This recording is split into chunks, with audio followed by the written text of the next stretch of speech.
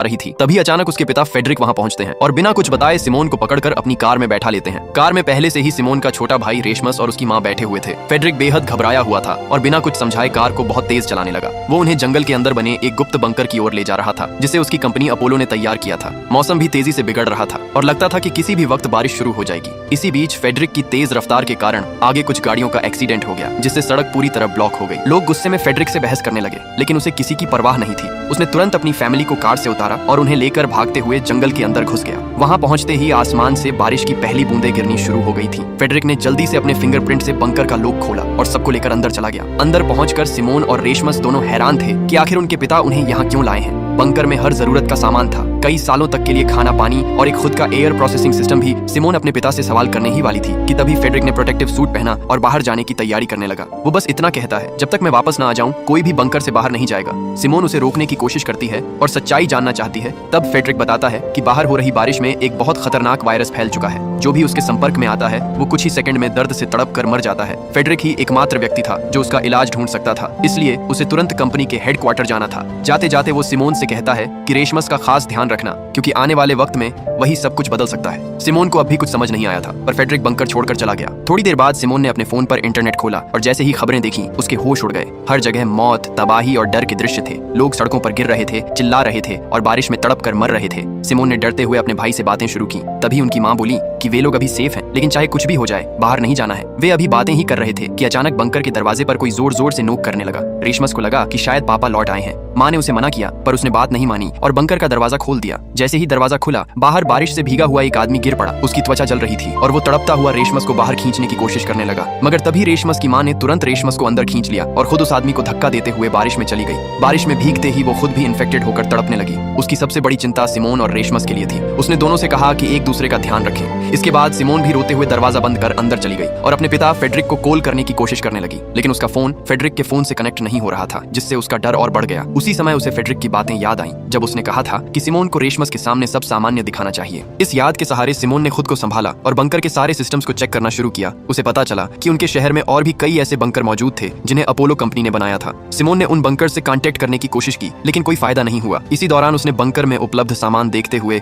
एक रेडियो खोज लिया। रेडियो की मदद से उसने एक आदमी से कांटेक्ट किया जो अपने घर के बेसमेंट में छुप कर रह रहा था। बाहर के हालात बेहद खतरनाक थे और कई लोगों को पास के हॉस्पिटल में शिफ्ट किया जा रहा था ताकि उनकी जान बचाई जा सके। सिमोन ने उस आदमी को फेडरिक का नंबर देकर कॉल करने को कहा लेकिन उसके कोशिश करने के बावजूद फेडरिक से कांटेक्ट नहीं हो पाया। सिमोन को लगा कि शायद फेडरिक भी मर चुका है क्योंकि बाहर जीवित रहना लगभग नामुमकिन था। तभी अचानक पूरे शहर में लाइट चली गई जिससे सिमोन का रेडियो कनेक्शन टूट गया और अब वो अकेले बंकर में रेशमस का ध्यान रखने लगी। एक हफ्ते बीत जाने के बाद भी जब फेडरिक वापस नहीं आया तो सिमोन ने हिम्मत करके बाहर जाने की योजना बनाई। उसने रात में पीपीई किट पहनकर बंकर के गेट तक पहुंची लेकिन तभी उसे अपनी माँ के मरने के विजन्स दिखाई देने लगे। डर कर वो तुरंत वापस बंकर में आ गई। रेशमस भी उसे बाहर जाने नहीं देना चाहता था क्योंकि वो समझ चुका था कि बाहर का खतरा बहुत बड़ा है। इस तरह धीरे धीरे एक महीना बीत गया। इस दौरान सिमोन को कई बार रेशमस का ध्यान रखने में कठिनाई हुई लेकिन उसने पूरी कोशिश की कि वो एक अच्छी बहन साबित हो और उसके भाई की देखभाल करें। साथ ही वो बंकर में मौजूद सभी संसाधनों और सिस्टम्स के बारे में भी सीखती गई। इसी दौरान उसे याद आया कि कुछ समय पहले रेशमस को एक अजीब सा वायरस हुआ था जिसके बारे में किसी को जानकारी नहीं थी। उस समय फेडरिक ने खुद एक एंटीडोट तैयार किया और रेशमस को दिया। बाद में फेडरिक की कंपनी को भी इस वायरस की जानकारी मिली और उन्होंने फेडरिक से पूरी रिपोर्ट सबमिट करने को कहा। सिमोन को शक होने लगा कि शायद ये वायरस फेडरिक ने ही बनाया होगा। अब तक लगभग 6 साल बीत चुके थे लेकिन फेडरिक के बारे में सिमोन को कोई जानकारी नहीं थी। रेशमस भी अब बड़ा हो चुका था और बाहर जाकर खाने की तलाश करना चाहता था क्योंकि बंकर में उनका खाना बहुत कम बचा था। सिमोन ने पहले तो मना किया लेकिन फिर सोचा कि खुद जाकर खतरे का जायजा लेना जरूरी है। रात के समय जब रेशमस सो गया सिमोन ने पीपीई किट पहनकर बंकर के बाहर निकलने का फैसला किया। बाहर निकलते ही उसे अपनी माँ के विजन्स दिखाई देने लगे लेकिन इस बार उसने खुद को संभाला और आगे बढ़ी। बाहर आकर उसने देखा कि उसकी माँ का शरीर अब केवल कंकाल बन चुका था। पास में एक हिरण खड़ा था जिसे देखकर सिमोन आगे बढ़ी। सड़क पर कई कारें खराब हालत में पड़ी थीं और चारों तरफ जंगल उग चुका था। सिमोन ने उन चीजों पर ध्यान नहीं दिया और अपने उद्देश्य की ओर बढ़ती रही। वो उस हॉस्पिटल तक पहुंची जहां लोगों को सुरक्षित रखा गया था। कई बार आवाज लगाने के बाद भी वहां कोई रिस्पांस नहीं मिला। फिर जब सिमोन अंदर जाकर देखती है तो वहां का नजारा पूरी तरह से तबाही में बदल चुका था। चारों तरफ हर चीज बर्बाद पड़ी थी और जमीन पर जगह जगह लोगों की लाशें बिखरी हुई थीं। तभी अचानक से उसके सामने एक भेड़िया आ जाता है। डर के मारे अपनी जान बचाने के लिए सिमोन पास वाले एक कमरे में जाकर छिप जाती है। कुछ देर बाद जब बाहर सब शांत हो जाता है तो वो धीरे धीरे बाहर निकलती है और वापस अपने बंकर में लौट आती है। वहां पहुंचकर सिमोन तुरंत रेशमस को सब कुछ बताती है कि बाहर की स्थिति पहले से कहीं ज्यादा खराब हो चुकी है। अब अगर उन्हें जिंदा रहना है तो इस जगह से निकलकर किसी और बंकर में जाना पड़ेगा जो इसी सिटी के अंदर कहीं मौजूद है। ये सुनकर रेशमस अगले ही दिन सिमोन के साथ बाहर जाकर दूसरा बंकर ढूंढने का डिसाइड करता है। वो दोनों अगले दिन निकलने की तैयारी करके सोने चले जाते हैं, लेकिन रात में अचानक कुछ गड़बड़ होने लगती है। बंकर का ऑक्सीजन लेवल तेजी से गिरने लगता है और दोनों में से किसी को भी इसका अंदाजा नहीं होता। कुछ ही देर में सिमोन कम ऑक्सीजन की वजह से बेहोश हो जाती है, मगर किस्मत से रेशमास को सही समय पर अलार्म्स की आवाज सुनाई दे जाती है। वो तुरंत सिमोन को उठाता है और उसे लेकर जल्दी से बंकर के बाहर भागता है। अब वो दोनों बिना पीपीई किट के बाहर आ चुके थे, लेकिन हैरानी की बात ये थी कि उन्हें किसी तरह की परेशानी महसूस नहीं हो रही थी। इसका मतलब साफ था, अब वो बिना सूट के भी बाहर सर्वाइव कर सकते थे। लेकिन तभी अचानक कुछ लोग उन्हें गन पॉइंट पर ले लेते हैं। असल में यही लोग थे जिन्होंने सिमोन को पहले बाहर घूमते हुए देखा था, और जब वो वापस बंकर में लौटी थी तो इन्हीं लोगों ने उनकी ऑक्सीजन सप्लाई को बंद कर दिया था ताकि दोनों को होस्टेज बनाकर अंदर का राशन लूटा जा सके। वो लोग सिमोन और रेशमस को गन पॉइंट पर अंदर के एक कमरे में बंद कर देते हैं और खुद बंकर में खाने पीने का सामान ढूंढने लगते हैं। लेकिन क्योंकि सिमोन और रेशमस का राशन पहले ही खत्म हो चुका था, उन्हें वहाँ कुछ भी नहीं मिलता। ये देखकर उनका लीडर मार्टिन गुस्से में आकर सिमोन और रेशमस को बंद करके वहाँ से जाने लगता है। अब अगर वो अंदर ही बंद रहते तो उनकी जान पक्की चली जाती। इसलिए सिमोन एक गिलास पर लिखकर बताती है कि उसे पता है कि खाने का स्टॉक कहाँ मिल सकता है। इतना लिखने के बाद वो जानबूझकर उस पैड को तोड़ देती है जिसमें बाकी बंकर्स का नक्शा था। अब मार्टिन के पास कोई और चारा नहीं था, क्योंकि अगर उसे राशन चाहिए था तो उसे सिमोन और रेशमस को बाहर निकालना ही पड़ेगा, क्योंकि बाकियों की लोकेशन सिर्फ सिमोन के दिमाग में थी। इसी बीच मार्टिन की नजर सिमोन पर जाती है और वो अपने पुराने दिनों को याद करने लगता है। जब वो एक सोल्जर हुआ करता था, उस वक्त उसे आदेश मिला था कि वो एक ब्रिज पर तैनात रहकर उस शहर से किसी को भी बाहर जाने ना दे ताकि इन्फेक्शन फैल ना सके। अगर आप यहाँ तक पहुंच चुके हैं, इसका मतलब आपको कहानी अच्छी लग रही है, इसलिए एक लाइक और सब्सक्राइब तो बनता है। लेकिन एक दिन ड्यूटी के दौरान मार्टिन को एक औरत दिखती है जो अपने बच्चे को गोद में लेकर ब्रिज के नीचे से दूसरी तरफ जाने की कोशिश कर रही थी। मार्टिन उसे रोकने के लिए हवा में कई शॉट्स फायर करता है, लेकिन वो औरत नहीं रुकती। वो हिम्मत से शहर के बाहर निकल जाती है। उस वक्त मार्टिन ने उस पर दया दिखाई थी, इसलिए उसने उसे गोली नहीं मारी। कुछ देर बाद उसके साथियों ने उसे पास के टेंट में बुलाया जहाँ सब सोल्जर्स रह रहे थे। वहाँ जाकर मार्टिन को पता चलता है कि वही औरत जिसे उसने जाने दिया था दरअसल इन्फेक्टेड थी, और उसके जाने के बाद से टेंट में मौजूद कई लोग इन्फेक्शन की वजह से मर चुके थे। ये सुनकर मार्टिन टूट जाता है। उसके आखिरी साथी की मौत के साथ ही उसका सब्र भी खत्म हो जाता है। उसी पल उसने ठान लिया कि अब वो कभी किसी पर भरोसा नहीं करेगा, चाहे वो किसी भी हालात में क्यों ना हो। अब उसके लिए सर्वाइवल ही सबसे बड़ा नियम था। इतनी बातें याद करने के बाद मार्टिन प्रेजेंट टाइम में वापस आता है और सिमोन की डील को एक्सेप्ट करने से साफ इनकार कर देता है। लेकिन उनके पास खाने का कुछ भी नहीं बचा है और बिना फूड के वो ज्यादा दिन तक सर्वाइव नहीं कर पाएंगे। ये सोचकर आखिरकार मार्टिन को सिमोन की बात माननी पड़ती है। वो सिमोन और रेशमस को आजाद करवाकर अपने साथ बाहर ले जाता है। कई सालों बाद जब सिमोन और रेशमस बंकर से बाहर निकलते हैं तो बाहर की हवा और रोशनी देखकर दोनों के चेहरे पर राहत झलक उठती है। इतने लंबे समय बाद बाहर आना उनके लिए किसी चमत्कार से कम नहीं था। थोड़ी देर बाद जब वे मार्टिन और उसकी टीम से बात करते हैं तो उन्हें पता चलता है कि अब दुनिया में फूड और वाटर की इतनी कमी हो गई है कि लोग जिंदा रहने के लिए इंसानों को भी मारकर खा रहे हैं। ये सुनकर सिमोन और रेशमस दोनों के होश उड़ जाते हैं। तभी अचानक कुछ दूर एक और ग्रुप नजर आता है। वो लोग अपने थर्मल सेंसर ड्रोन से इलाके में इंसानों को ढूंढ रहे थे ताकि उन्हें पकड़कर मार सके। ये देखते ही मार्टिन ने झट से सबको एल्यूमिनियम फॉइल से ढक दिया, जिससे उनकी बॉडी हीट ड्रोन कैमरा में दिखाई ना दे। लेकिन पास में ही दो और सर्वाइवर्स मौजूद थे, जिनमें से एक लड़की भागते हुए सिमोन और बाकी सबके सामने आ जाती है। सिमोन उस लड़की की मदद करना चाहती है, लेकिन मार्टिन साफ मना कर देता है। वो कहता है कि किसी अजनबी की मदद करना उनकी पूरी टीम के लिए रिस्क बन सकता है।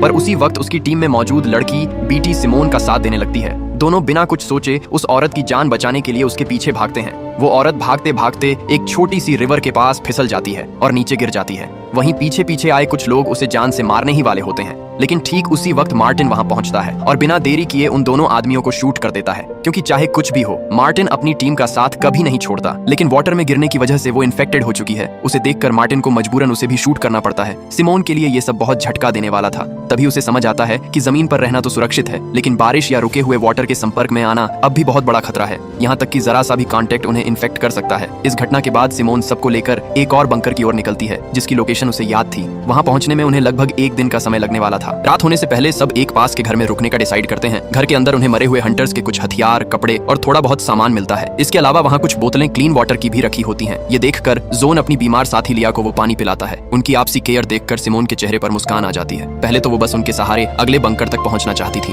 लेकिन अब उसे महसूस होता है कि ये लोग बुरे नहीं हैं। धीरे धीरे सिमोन का मन सच में मार्टिन और उसकी टीम की मदद करने को तैयार होने लगता है। अगली सुबह सब सफर फिर से शुरू करते हैं। रास्ते में अचानक रेशमस का पैर एक पानी से भरे गड्ढे में चला जाता है। ये देखते ही मार्टिन तुरंत अपनी गन निकाल लेता है और उसे शूट करने वाला होता है, लेकिन तभी सिमोन बीच में आकर उसके सामने खड़ी हो जाती है और उसे रोक लेती है। वो तुरंत रेशमस का जूता उतारती है और उसकी सॉक्स चेक करती है। हैरानी की बात ये थी कि वो पूरी तरह सूखी थी। इसका मतलब रेशमस का जूता वाटरप्रूफ था और उसे किसी भी तरह का इन्फेक्शन नहीं हुआ था। ये देखकर मार्टिन चैन की सांस लेता है और अपनी गन नीचे कर देता है। फिर वो सब मिलकर अपनी यात्रा जारी रखते हैं और आखिरकार उस दूसरे बंकर तक पहुंच जाते हैं। वहाँ सिमोन के फिंगरप्रिंट से दरवाजा खुल जाता है। अंदर का नजारा देखकर सबके चेहरे खिल उठते हैं। वहाँ खाने पीने का इतना राशन था कि वे लोग सालों तक आराम से जी सकते थे। सब खुशी से झूम उठते हैं और पेट भरकर खाना खाते हैं। लेकिन सिमोन को अंदर कुछ बेचैनी महसूस होती है कि उसे मार्टिन और उसकी टीम पर भरोसा नहीं है। पता नहीं कब वो उसे जान से मार दें। इस बारे में जब वो सीधे मार्टिन से बात करती है तो मार्टिन उसे समझाता है कि सिमोन पिछले 6 इयर्स से बंकर के अंदर थी, इसलिए उसे बाहर की दुनिया और लोगों के हालात के बारे में कुछ नहीं पता। मार्टिन असल में एक अच्छा इंसान था, लेकिन प्रेजेंट टाइम ऐसा था कि किसी पर भरोसा करना अब आसान नहीं था। फिर भी सिमोन ने उसकी चेतावनी को नजरअंदाज कर दिया और अंदर बंकर में चली गई। वहाँ वो देखती है कि एक फोन चार्ज हो रहा है जिस पर उसकी और रेशमस की बचपन की फोटो लगी थी। ये फोन असल में सिमोन के पिता फ्रेडरिक का था, जो पुराने बंकर से निकलकर इस नए बंकर में कुछ समय के लिए आए। सिमोन तुरंत ही रेशमस के साथ उस फोन को चेक करती है। वहाँ उसे फ्रेडरिक की एक वीडियो मिलती है जिसमें वो बताता है कि वो स्वीडन के एक हेडक्वार्टर में इस इन्फेक्शन का एंटीडोट बनाने के लिए जा रहा है। सिमोन के दिमाग में तुरंत विचार आता है कि उसके पिता शायद अब भी जिंदा हैं, इसलिए वो रेशमस के साथ स्वीडन के उस हेडक्वार्टर जाने का फैसला करती है। सिमोन ने ये बात मार्टिन को भी बताई और उम्मीद थी कि मार्टिन उनकी मदद करेगा, लेकिन मार्टिन साफ मना कर देता है। उसका कहना था कि बंकर में उन्हें कोई खतरा नहीं था, जबकि स्वीडन के हेडक्वार्टर तक पहुंचने के लिए उन्हें शहर के बीच से गुजरना पड़ेगा जहां कितने हंटर्स छिपे होंगे। मार्टिन सोचता था कि यह बहुत रिस्की हो सकता है। मार्टिन ये भी सोचता था कि वैसे भी फ्रेडरिक की वीडियो 6 साल पुरानी थी और शायद अब तक उसकी डेथ हो चुकी होगी। अगर वो एंटीडोट बनाने में सफल हो गया होता तो मार्टिन को इसके बारे में जरूर पता चल जाता, लेकिन सिमोन ने उसकी बात को नजरअंदाज कर दिया और कुछ दिन का राशन लेकर रेशमस के साथ बंकर से निकल गई। बीट भी जोन और लिया के साथ उनके पीछे चलने का डिसाइड करती है, क्योंकि वो सच में सिमोन का साथ देना चाहती थी। लिया खुद ये समझ चुकी थी कि सिमोन की वजह से ही वो इस बंकर तक आकर सुरक्षित हो पाई थी। वैसे भी पहले मार्टिन और पैट्रिक खुद भी लिया, जोन और बीट को जान से मारने वाले थे। असल में उस वक्त वो तीनों मार्टिन और पैट्रिक को नहीं जानते थे और केवल एक ही ग्रुप में फंसे हुए थे। मार्टिन और पैट्रिक ने उन्हें लूटने के इरादे से पकड़ा था और बीट ने अपनी जान बचाने के लिए उन्हें अपने एक छिपे हुए अड्डे के बारे में बता दिया। वहाँ उन्होंने काफी दिनों तक फूड रखा हुआ था। मार्टिन उन पांचों के साथ उस जगह पर जाता है। वहाँ वे सभी मिलकर खाना खाते हैं और सच में उन्हें साथ रहकर काफी अच्छा लगता है। रात में बीट मार्टिन से अनुरोध करती है कि वो उन्हें प्रोटेक्शन प्रोवाइड करें। मार्टिन उस पर मान जाता है और तब से ही वे सभी साथ रहते हैं। प्रेजेंट टाइम में सिमोन और रेशमस को ये नहीं पता था कि जोन, लिया और बीट उनके पीछे आ रहे थे। वे शहर के पास पहुंचते हैं। रास्ते में उन्हें एक बस दिखाई देती है जो आगे के रास्ते को ब्लॉक कर रही थी। दोनों थक चुके थे, इसलिए बस में थोड़ी देर आराम करते हैं, लेकिन थोड़ी देर बाद उन्हें बाहर कुछ लोगों की परछाई दिखाई देती है। दोनों डर से वहीं सन्न रह जाते हैं। तभी पता चलता है कि वो लोग बीट, जोन और लिया है। सिमोन को बहुत अच्छा लगता है और वो उन्हें बंकर में सुरक्षित रहने के लिए कहती है, लेकिन तीनों तय कर लेते हैं कि सिमोन के साथ ही रहना है। वे पास के किसी सुरक्षित स्थान पर पहुंचते हैं और खाना खाने लगते हैं, लेकिन तभी वहाँ बहुत सारे हंटर्स आ जाते हैं। उन्हें तुरंत वहाँ से निकलना पड़ता है। भागते हुए सिमोन अलग हो जाती है और रोड पर एक जाली के पास पहुंचती है जिस पर कई मिसिंग पर्संस के पोस्टर्स लगे हुए थे। ये देखकर सिमोन को बहुत बुरा लगता है। जाली के दूसरी तरफ वो एक छोटा बच्चा देखती है जो अकेला था। आसमान में काले बादल छा चुके थे और जल्द ही तेज बारिश आने वाली थी। उस बारिश में भीगते ही दोनों की मौत कुछ ही मिनटों में हो जाती, इसलिए सिमोन तुरंत ही उसे लेकर पास की एक बिल्डिंग में चली जाती है। वहाँ पहुंचने पर वो देखती है कि बच्चा भूख से परेशान होकर कुछ पेन किलर्स खा रहा था। ये देखकर सिमोन का दिल भर आता है। वो जल्दी से अपने बैग से थोड़ा खाना निकालती है और बच्चे को दे देती है। तभी उस बच्चे का पिता वहाँ पहुंचता है। जब वो सिमोन के हाथ से खाना खाता हुआ बच्चा देखता है तो उसकी आंखें भर जाती हैं। वो बार बार सिमोन को थैंक यू कहने लगता है। वो आदमी बताता है कि अगर उसके बेटे की तबीयत इतनी खराब ना होती तो वो इस टाउन को बहुत पहले छोड़ चुका होता। वो सिमोन को चेतावनी देता है कि ये टाउन खतरनाक लोगों से भरा पड़ा है और उसे जल्द से जल्द यहाँ से निकल जाना चाहिए। असल में टाउन के पास एक डॉक्टर था जो लोगों का इलाज करता था और वही आदमी भी अपने बेटे का इलाज वहीं करवा रहा था। ये सब सुनकर सिमोन उन्हें थोड़ा और खाना दे देती है ताकि वो कुछ दिन और गुजारा कर सकें और जैसे ही बच्चा ठीक हो जाए, वहाँ से निकल जाए। वो आदमी सिमोन का दिल से शुक्रिया अदा करता है और बारिश रुकने के बाद अपने बच्चे के साथ बाहर निकलता है, लेकिन बाहर जाते ही कुछ लोग उन्हें घेर लेते हैं। बच्चे के हाथ में खाना देखकर वे पागलों की तरह उस पर टूट पड़ते हैं और कुछ ही पलों में पिता और बेटे दोनों को मार डालते हैं। ये देखकर सिमोन डर जाती है और किसी तरह वहाँ से भागकर एक बेकरी में पहुंचती है जहाँ उसके बाकी साथी मौजूद थे। लेकिन तभी एक आदमी अंदर आता है जो अचानक रास की गर्दन पर चाकू रख देता है और सिमोन बाकी सबसे सारा खाना मांगता है। सब घबरा जाते हैं। तभी पीछे से मार्टिन और पैट्रिक वहाँ पहुंचते हैं और उस आदमी को गन पॉइंट पर ले लेते हैं। रसमस की जान बच जाती है। मार्टिन और पैट्रिक को देखकर बिट और बाकी सब बहुत खुश हो जाते हैं। उन्हें उम्मीद थी कि ये दोनों उन्हें ढूंढते हुए आएंगे। असल में बिएट्रिस के जाने के बाद से मार्टिन बेचैन था क्योंकि वो उसे पसंद करने लगा था। खैर, वहाँ मौजूद आदमी अपनी जान बचाने के लिए रेशमस को स्टैब करके भाग जाता है। सब डर जाते हैं और रसमस को संभालने लगते हैं। तब सिमोन बताती है कि पास में एक बंकर है जहाँ उसका इलाज किया जा सकता है, इसलिए सब रसमस को एक शॉपिंग कार्ट में डालकर उस बंकर की तरफ निकल पड़ते हैं। लेकिन वहाँ पहुँचने पर उनके होश उड़ जाते हैं क्योंकि बंकर का गेट पहले से टूटा हुआ था और अंदर का सारा खाना और जरूरी सामान गायब था। अब उनके पास खाने का कुछ नहीं था और रसमस की हालत भी खराब थी। मार्टिन जल्दी से उसके घाव पर डक्ट टेप लगाता है ताकि खून रुक सके। जब रेशमस सो जाता है तो मार्टिन सिमोन से बात करता है और उसे मैप पर एक लोकेशन दिखाता है। वहाँ एक बड़ी वॉल थी जो पहले टाउन बॉर्डर का हिस्सा नहीं थी, लेकिन शायद बाद में बनाई गई थी। उसे देखकर साफ समझ आता है कि उस वॉल के अंदर का इलाका क्वारंटाइन जोन में तब्दील किया गया है। मार्टिन बताता है कि अगर उन्हें जिंदा रहना है तो इस क्वारंटाइन जोन के बाहर जाना होगा। ये सुनकर उसे भी लगता है कि मार्टिन सही कह रहा है, इसलिए वो उसके प्लान में साथ देने के लिए मान जाती है। हालांकि उससे पहले उसे अपने भाई रेशमस को ठीक करना था और अपने पिता को ढूंढना था, इसलिए वो तय करती है कि पहले पास वाले डॉक्टर के घर जाया जाए, जो एक पुराने ब्रिज को पार करने के बाद था। अब उस ब्रिज पर जाना बहुत बड़ा रिस्क था, क्योंकि वहाँ चारों तरफ हंटर्स मौजूद थे। लेकिन सिमोन और बाकी सब ने एक प्लान बनाया। प्लान के मुताबिक सिमोन जानबूझकर भागते हुए उस ब्रिज की तरफ जाती है ताकि हंटर्स का ध्यान उसकी तरफ जाए। थोड़ी देर में कुछ ड्रोन्स उसकी लोकेशन ट्रैक कर लेते हैं और हंटर्स उसे पकड़ने के लिए पीछे पड़ जाते हैं। सिमोन उन्हें दौड़ते हुए एक पुरानी फैक्ट्री के अंदर ले जाती है, जहाँ पहले से मार्टिन और बाकी सब लोग छिपे हुए थे। जैसे ही हंटर्स फैक्ट्री के अंदर पहुंचते हैं, मार्टिन और उसकी टीम उन्हें गन पॉइंट पर ले लेते हैं। अब मार्टिन उनसे उनके बाकी साथियों और उनके बेस के बारे में पूछता है, लेकिन वे कुछ भी बताने से इनकार कर देते हैं। मार्टिन का गुस्सा बढ़ जाता है और वो उन्हें मारने का फैसला करता है। ये देखकर सिमोन को बिल्कुल अच्छा नहीं लगता, क्योंकि वो चाहती थी कि मार्टिन किसी की जान ना ले, ताकि उनमें और उन खूंखार लोगों में कुछ तो फर्क बना रहे। लेकिन मार्टिन उसकी बात नहीं सुनता। तभी जीन उन हंटर्स में से एक के हाथ पर बना टैटू नोटिस करता है। उस टैटू को देखते ही उसका चेहरा बदल जाता है। वो बिना कुछ बोले मार्टिन से कहता है कि उन लोगों को खत्म कर दो और खुद वहाँ से बाहर चला जाता है। बाकी सब लोग समझ ही नहीं पाते कि जीन ने ऐसा क्यों कहा। थोड़ी देर बाद मार्टिन बाकी सबको भी बाहर भेज देता है, लेकिन बाहर निकलते ही 3 गन शूट्स की आवाज गूंजती है। सब समझ जाते हैं कि मार्टिन ने उन हंटर्स को मार दिया है। कुछ देर बाद मार्टिन बाहर आता है और सबको हंटर की जीप में बैठने को कहता है और वे वहाँ से निकल पड़ते हैं। ब्रिज को क्रॉस करते हुए वे डॉक्टर के घर की तरफ बढ़ रहे थे, लेकिन माहौल बहुत भारी था। सिमोन और बाकी सबका मूड मार्टिन के किलिंग नेचर की वजह से खराब हो चुका था, मगर सबसे ज्यादा परेशान जीन था। वो अब भी उसी टैटू वाले आदमी के बारे में सोच रहा था। यहीं से कहानी कुछ साल पीछे चली जाती है, उस वक्त की जब जीन ने किसी तरह उस डेथली रेन से अपनी जान बचाई थी। वो कई दिनों से बिना खाना और पानी के भटक रहा था। वो कमजोरी की वजह से चलते चलते बेहोश होकर गिर पड़ा।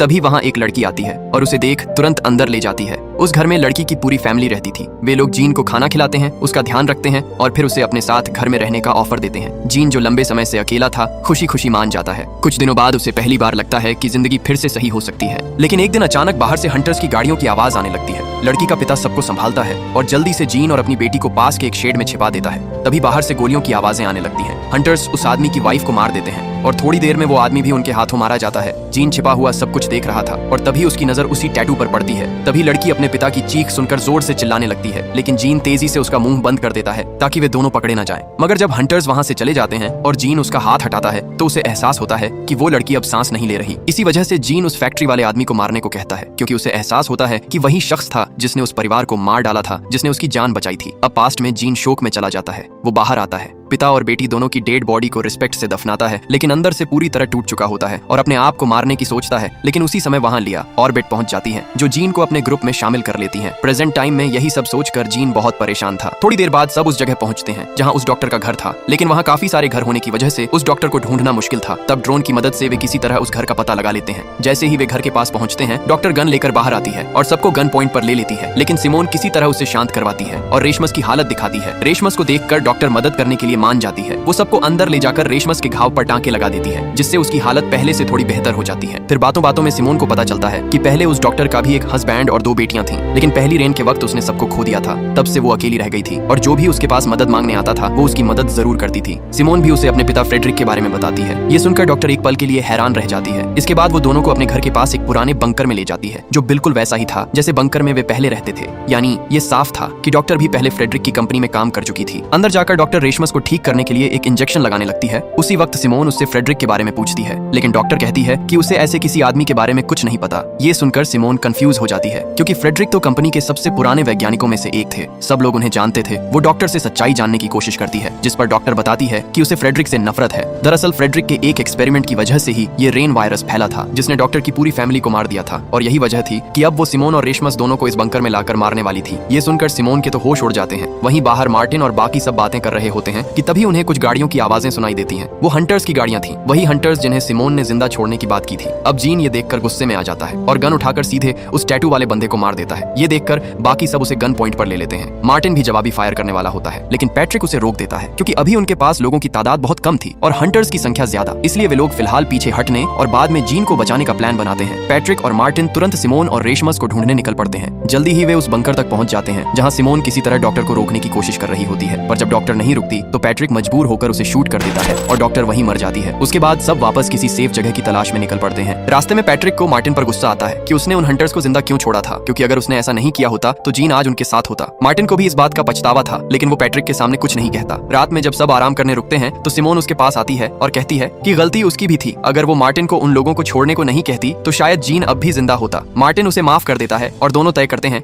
कि आगे के सफर में अब हर कोई अपने अपने तरीके से जिएगा, क्योंकि इस टूटे हुए संसार में भरोसा और इंसानियत अब लगभग खत्म हो चुकी थी। अब अगली सुबह जब वे लोग जंगल के रास्ते से आगे बढ़ते हुए जीन को ढूंढने की कोशिश कर रहे थे, तभी अचानक आसमान में काले बादल छा जाते हैं। बारिश कभी भी शुरू हो सकती थी, इसलिए सब घबराकर किसी शेल्टर की तलाश करने लगते हैं। लेकिन आसपास कोई भी जगह मौजूद नहीं थी, जिसका मतलब साफ था कि अगर बारिश शुरू हो गई तो शायद अब वे सब जिंदा नहीं बचेंगे। पर मार्टिन किसी तरह एक पुराना मेंशन ढूंढ लेता है जहां जाकर वे लोग बारिश से बच सकते थे। मगर जैसे ही वे वहां पहुंचते हैं, अचानक कुछ अजनबी लोग आकर उन्हें चारों तरफ से घेर लेते हैं। मार्टिन तुरंत अपनी गन निकालकर उन्हें डराने की कोशिश करता है, लेकिन हैरानी की बात ये थी कि वे लोग गन से भी नहीं डरते थे। तभी उनके सामने उनका लीडर एलेक्स आता है और कहता है कि वो लोग किसी को नुकसान पहुंचाने नहीं आए, बल्कि मदद करने आए हैं। और कोई रास्ता ना होने की वजह से वो अपनी टीम के साथ एलेक्स के घर के अंदर चला जाता है। अंदर पहुंचकर वे देखते हैं कि वहाँ एलेक्स जैसे और भी लोग रहते थे, जिन्हें ना खाने की कमी थी और ना ही पानी की। एलेक्स उन्हें एक कमरा देता है ताकि वे आराम कर सके। मार्टिन और बाकी सब थोड़ा डरते हुए अंदर जाते हैं और वहीं रात बिताते हैं। अगली सुबह उनके पास एक बूढ़ी औरत कैरन आती है, जो वहाँ की बाकी सारी चीजें संभालती थी। वो मुस्कुराते हुए सबको बाथरूम की ओर ले जाती है ताकि वे नहा सकें। रास्ते में सिमोन और पेट्रिक देखते हैं कि कैरन और बाकी लोग अपने बैकयार्ड में ही सब्जियां उगा रहे हैं। कैरन उन्हें एक टोमेटो खाने के लिए देती है, लेकिन सबको डर था कि कहीं उसमें कुछ गड़बड़ ना हो। कैरन खुद वो टोमेटो खाकर दिखाती है और जब उसे कुछ नहीं होता तो बाकी सब भी थोड़ा रिलैक्स हो जाते हैं। फिर वो सबको नहलाने के लिए पानी दिखाती है, लेकिन क्योंकि पानी टॉक्सिक हो सकता था, इसलिए कोई भी उसमें उतरने की हिम्मत नहीं करता। कैरन फिर खुद पानी में उतरती है और जब उसे कुछ नहीं होता तो धीरे धीरे बाकी सब भी मजे से नहाने लगते हैं, सिवाय मार्टिन के। मार्टिन को अब भी इन लोगों पर भरोसा नहीं था। उसे ये समझ नहीं आ रहा था कि इतने बुरे समय में इनके पास इतना ताजा खाना, पानी और मांस आखिर आ कहां से रहा था। इसीलिए वह अकेले ही पूरे मेंशन का चक्कर लगाने निकल पड़ता है।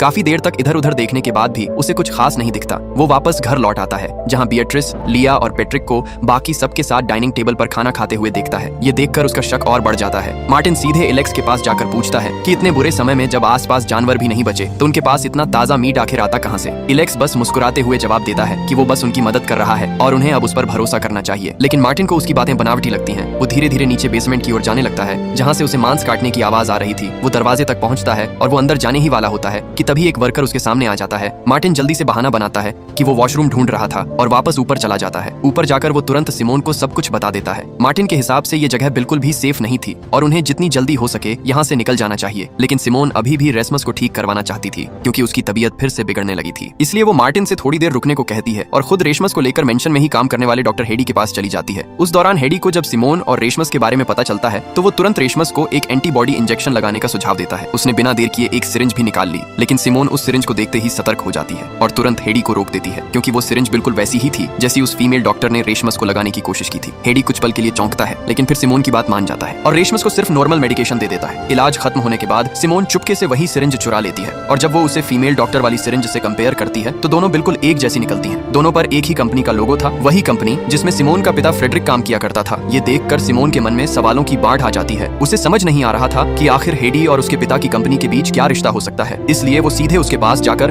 फ्रेडरिक के बारे में पूछती है। सिमोन को गुस्सा भी आता है, क्योंकि अब उसे ये समझ आने लगा था कि इस पेंडेमिक के फैलने के पीछे उसी कंपनी का हाथ था और आज भी लोग उसी कंपनी के प्रोडक्ट्स का इस्तेमाल कर रहे हैं। हेडी कुछ जवाब देने ही वाला होता है कि तभी एलेक्स आकर बीच में बोल पड़ता है। वो सिमोन को शांत करने की कोशिश करता है और उसे वहाँ से बाहर भेज देता है। थोड़ी देर बाद जब सिमोन अपने साथियों के पास वापस आती है तो वो सब कुछ मार्टिन को बता देती है। ये सुनकर मार्टिन का शक और गहरा हो जाता है और अब वो वहाँ से जल्द निकलने का प्लान बनाने लगता है। लेकिन सिमोन किसी भी हालत में वहाँ से नहीं जाना चाहती थी। वो ये जानना चाहती थी कि इन लोगों का उसके पिता की कंपनी से आखिर क्या रिश्ता है। सिमोन के इस फैसले से मार्टिन थोड़ा परेशान हो जाता है, लेकिन बाकी सबको तो वहाँ का माहौल काफी अच्छा लग रहा था। लिया तो धीरे धीरे उस जगह के लोगों से घुल मिल भी चुकी थी। उसे कैरन के साथ समय बिताना बहुत अच्छा लगने लगा था, क्योंकि कैरन उसे अपनी बेटी की तरह ट्रीट करती थी। कैरन की असली बेटी पहली बारिश के समय मारी गई थी और ये सुनकर लिया का दिल भर आता है। कैरन की बातों से भावुक होकर लिया रोने लगती है और धीरे धीरे वो अपना दर्द उसके साथ बांट देती है। वो बताती है कि फर्स्ट ट्रेन से एक दिन पहले उसने अपनी माँ की मना करने के बावजूद अपने दोस्तों के साथ पार्टी में जाने का फैसला किया था, लेकिन उसी पार्टी में कुछ लोगों ने उसकी ड्रिंक में ड्रग्स मिला दी और फिर उसके साथ गलत हरकत की। इसके बाद उन्होंने उसका वीडियो ऑनलाइन डाल दिया। उसकी माँ ने वो वीडियो देख लिया था। गुस्से और दुख में उसने लिया को फोन करके बहुत कुछ सुनाया। लिया सोच रही थी कि काश जिन लोगों ने उसके साथ ये सब किया वे सब मर जाएं। किस्मत ने भी जैसे उसकी बात सुन ली। थोड़ी ही देर बाद बारिश शुरू हो गई और गार्डन में पार्टी कर रहे सभी लोग उसी बारिश में मारे गए। लिया ने तुरंत अपनी माँ को फोन करके घर के अंदर आने को कहा,